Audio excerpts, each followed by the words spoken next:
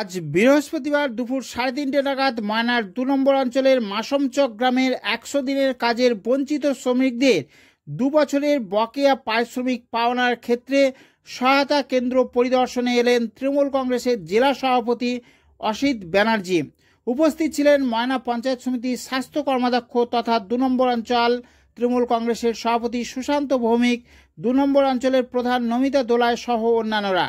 জেলা সভাপতি আজকের কর্মসূচি সম্পর্কে আমাদের সংবাদ মাধ্যমের মুখোমুখি হয়ে কি বললেন শুনুন। সঠিকভাবে আপনাদের পাওনা পয়সা পেয়ে যান। এখনো লড়াইটা চলছে, শুধু এই বাংলা এই আপনাদের এই এনআরজির টাকাই নয়, এছাড়াও বাংলা আবাস যোজনা তার টাকাও আটকে রেখেছে, দেয়নি। এখান থেকে টাকা নিয়ে যাচ্ছে, আর যখনই আমাদের অংশের টাকা ফেরত দিতে বলা হচ্ছে এমন ভাব করছে যেন তাদের বাপের জমিদারির টাকা। তার বিরুদ্ধে লড়াই চলছে। মমতা ব্যানার্জি লড়াই করছেন, আপনারা তার সঙ্গে আছেন তো? সঙ্গে থাকবেন তো? হাসিটাতে চওড়া হয়ে গেছে।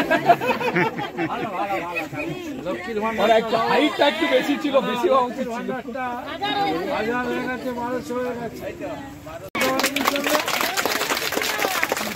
মমতা ব্যানার্জি, মমতা ব্যানার্জি, অভিষেক বন্দ্যোপাধ্যায়, তৃণমূল কংগ্রেস।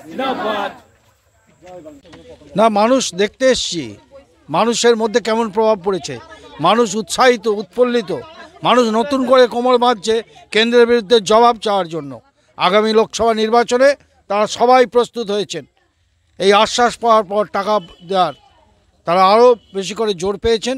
তারা আগামী লোকসভা নির্বাচনে বিজেপিকে উপযুক্ত শাস্তি দেওয়ার জন্য রাজনৈতিকভাবে তৈরি হচ্ছেন। আমরা আনন্দিত। আমি অসিত ব্যানার্জি, সভাপতি তমলুক সাংগঠনিক জেলা তৃণমূল কংগ্রেস কমিটি।